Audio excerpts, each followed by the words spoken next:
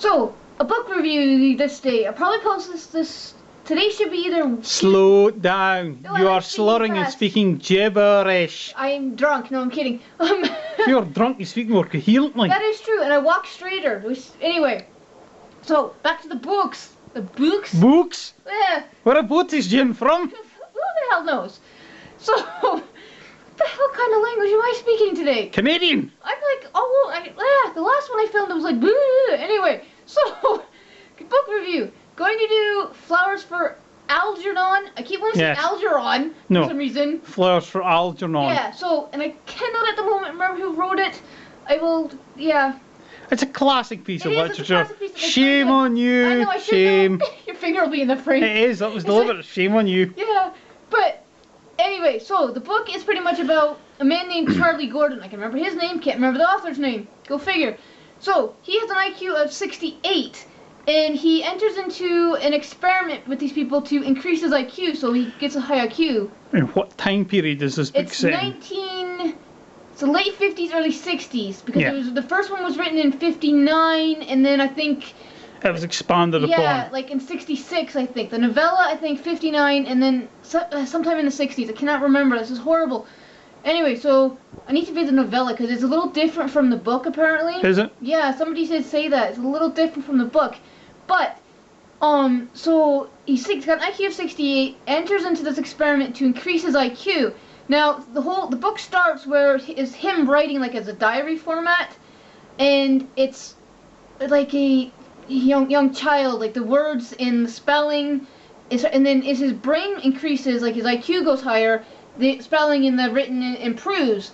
But it's a lot of the themes are really like between it, like is it ethics. Really, is it ethics? Is it I can't even explain this.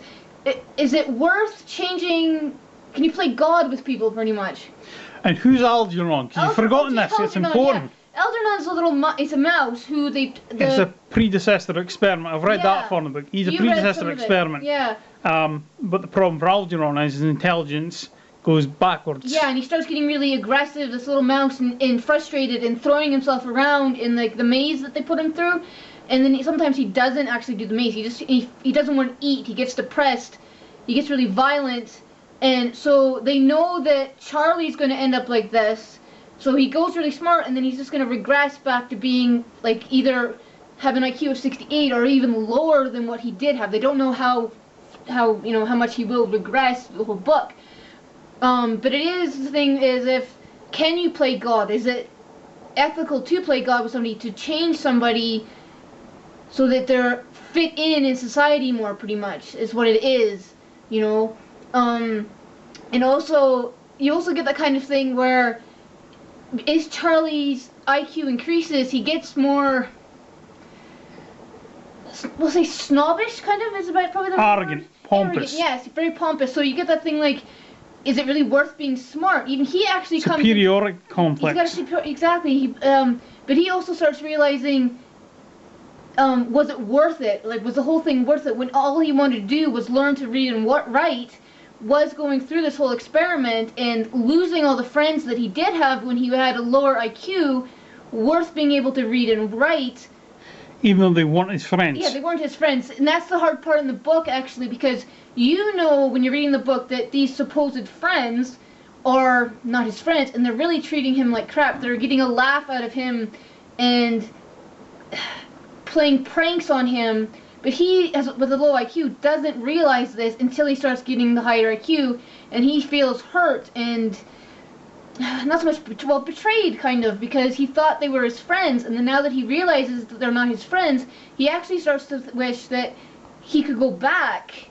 This battery's about to die. No, it's fine. Is it not? Okay. It's fine. So that he could go back and actually with the lower IQ, so that once again he could have his friends and not be aware of them actually making fun of him. So he feels like I'm gonna have to put spoilers in this because it's kind of spoilery, that he, near the end of the book, he kind of feels like maybe this wasn't all worth it. Yes, he got to read and learn to write, but was it worth losing all these friends and not being happy? That's the whole thing. He goes from happy to not happy, and he doesn't think it's, at least I don't, when I read it, he doesn't think it's worth it in the end. And the fact that his family abandoned him because his mother couldn't handle the fact he had an intellectual disability and treated him like he was dangerous. Yeah, that's the thing, and it actually brings to the front how difficult society was in that period. Yeah, how the only reason he doesn't end up in a rather nasty institution is because his family member took him in, and then a friend of the family, his uncle, and when his uncle dies, the owner of the bakery gives him a job to keep him out of the asylum because the state law says if he doesn't have a job, he has to be put in an asylum. But he loses the job. He gets fired from the bakery because the other people in the bakery, once he gets quite smart, I think the highest IQ in the book is 186. I think.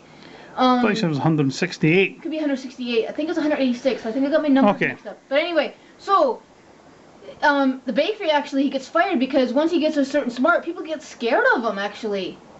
So scared him because they can't understand and they don't know why he's gone from being IQ was 68 to somebody who knows everything pretty much. But anyway, so I haven't written a video on Goodreads yet, but we give it 5 out of 5. It's very good to read. A little hard at some points because of he writes the about emotional impact. The emotional impact, yeah, and it's quite a little bit, not a tearjerker, but it is kind of like, oh god, that's horrible kind of thing. But yeah, so 5 out of 5. I'm reading next Neuromancer. Can't remember who wrote that either. I'm about 60 pages in. But just thank goodness it's not Alistair Reynolds. He's a wordy. He doesn't like Reynolds, and fair enough. A lot of people don't like Reynolds. He's a smart aleck. He's a smart aleck that pretends to be a scientist, but he doesn't know that much. You said, oh, you work for NASA. Turns out he didn't work for NASA. It's astronomy or something he does. I can't remember. But yeah, some people like Reynolds, other people don't like Reynolds and the dogs. Like, what the hell's going on? Hello, you're all wet. You're all wet. I thought you dried her when we came in because we were out for a wander and it's raining. I'm going to have to dry you, aren't I? Okay, so, bye.